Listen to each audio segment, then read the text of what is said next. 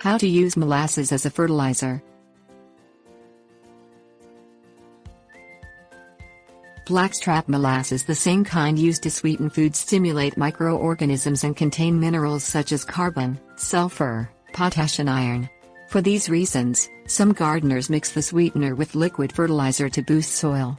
According to Native Plant Society of Texas News, liquid molasses fertilizer, when mixed with compost tea and used in conjunction with orange oil, is effective in eliminating fire ants from lawns and gardens.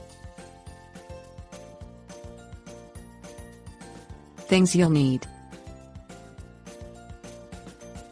unsulfured blackstrap molasses, liquid fertilizer, bucket, sprayer.